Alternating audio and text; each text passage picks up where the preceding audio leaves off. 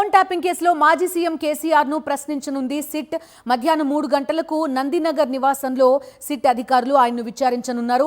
ఎర్రవల్లి నుంచి విచారణ కోసం బంజారాహిల్స్లోని నందినగర్ నివాసానికి కేసీఆర్ వచ్చారు.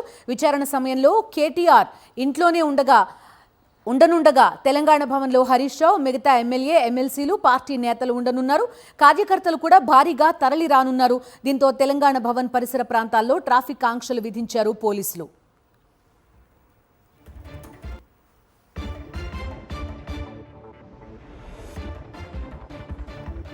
కేసీఆర్ కు సిట్ నోటీసులను వ్యతిరేకిస్తూ తెలంగాణ వ్యాప్తంగా బీఆర్ఎస్ ఆందోళనలు చేపట్టింది.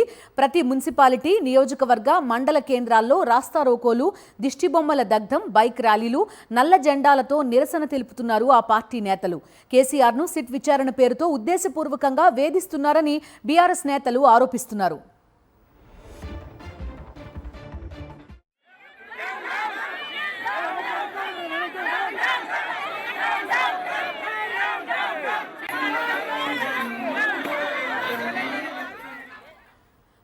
ఇప్పటికే కేసీఆర్ నందినగర్ నివాసానికి చేరుకోనున్నారు. సిట్ అధికారులు మధ్యాహ్నం 3 గంటలకు ఆయన్ను నందినగర్ నివాసంలో విచారించబోతున్నారు. మా కరెస్పాండెంట్ శేఖర్ అక్కడ నుంచి లైవ్లో జాయిన్ అవుతున్నారు. శేఖర్తో మాట్లాడదాం. శేఖర్, చెప్పండి, చూస్తున్నాం అటు కేటీఆర్ కానీ ఇటు హరీష్ రావు విచారణప్పుడు కానీ ఒక పబ్లిసిటీ అవకాశంగా దీన్ని భావించారు. కానీ కేసీఆర్ విచారణ దగ్గరకు వచ్చేసరికి బీఆర్ఎస్ శ్రేణుల్లో ఒక రకమైన ఆగ్రహం కనబడుతోంది. రాస్తారోకోలు, బంద్లకి పిలుపునిచ్చింది. ఏం జరుగుతోంది నివాసం దగ్గర? మీ దగ్గరున్న వివరాలేంటి శేఖర్?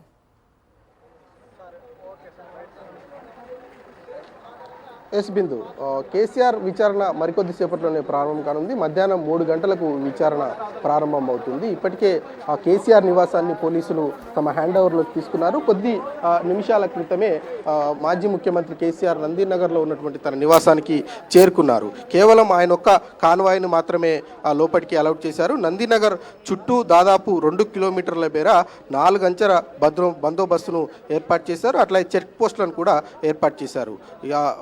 ఎవరైతే ఇక్కడ ఉన్నటువంటి లోకల్గా ఉన్నటువంటి నివాసంలో ఉన్నటువంటి వ్యక్తులను మినహాయిస్తే ఎవరిని కూడా లోపలికి అలౌట్ చేయట్లేదు. అట్లాగే నందినగర్ నివాసంలో ఉన్నటువంటి కొంతమంది కార్యకర్తలను, నాయకులను కూడా ఇక్కడి నుంచి వెళ్ళగొట్టినటువంటి పరిస్థితి కొద్దిసేపటి క్రితం మనం చూసాం. ఇక పెద్ద ఎత్తున కాన్వాయ్తో కేసీఆర్ నందినగర్ నివాసానికి చేరుకున్నటువంటి పరిస్థితులు ఉన్నాయి. అయితే బసవతారక హాస్పిటల్ ఎక్కడైతే ఉందో ఆ కేబీఆర్ పార్క్ దరిదాపుల్లోనే కాన్వాయ్నంతా కూడా ఎక్కడికక్కడ నిలువరించినటువంటి పరిస్థితులు ఉన్నాయి. ఇక కేసీఆర్ను విచారించేందుకు పోలీస్ అధికారులు ఈ ఎక్విప్మెంట్ ఏదైతే ఉందో సిట్కి సంబంధించినటువంటి బృందం తీసుకోవాల్సినటువంటి ఎక్విప్మెంట్ అంతా కూడా తమ ఎక్విప్మెంట్ను కేసీఆర్ నివాసంలోకి చేర్చారు. ఫస్ట్ ఫ్లోర్లో ఉన్నటువంటి గదిలో కేసీఆర్ను విచారిస్తున్నట్లుగా మనకు తెలుస్తూ ఉంది.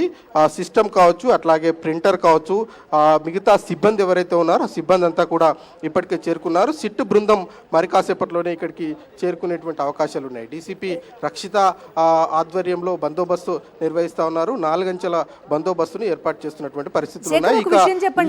ఇక కేటీఆర్ ను విచారించేటువంటి సందర్భంలో పోలీసులు శేఖర్, కేటీఆర్ అక్కడే ఉండి వ్యవహారం మొత్తాన్ని చూసుకోబోతున్నట్టుగా తెలుస్తుంది. అంటే విచారణ సమయంలో సిట్ అధికారులు, కేసీఆర్ మాత్రమే ఫేస్ టు ఫేస్ ఉంటారా?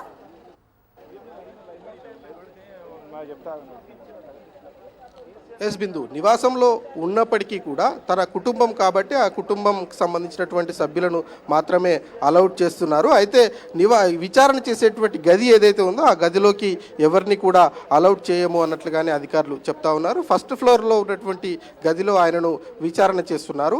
ఆ గదిని ఇప్పటికే పోలీసులు హ్యాండ్ ఓవర్ చేసుకున్నారు. ఆ గది దగ్గరికి ఎవరిని కూడా రానివ్వట్లేదు. ఆ గదిలో సిట్టింగ్కి సంబంధించినటువంటి ఏర్పాట్లన్నింటినీ కూడా పోలీసు అధికారులు పరిశీలిస్తూ ఉన్నారు, ఏర్పాట్లు చేస్తూ ఉన్నారు. ఇప్పటికే ఎక్విప్మెంట్ అంతా కూడా ఆ ఫస్ట్ ఫ్లోర్కి పోలీసులు తరలించారు. ఇక సిస్టమ్ కావచ్చు, ప్రింటర్ కావచ్చు, అలాగే కేసీఆర్ స్టేట్మెంట్ను సాక్షిగా విచారణ చేస్తున్నటువంటి నేపథ్యంలో, స్టేట్మెంట్ను రికార్డ్ చేస్తున్నటువంటి నేపథ్యంలో దానికి సంబంధించినటువంటి సామాగ్రిని అంతా కూడా ఇక్కడికి తరలి. Right, okay Shekhar, thank you.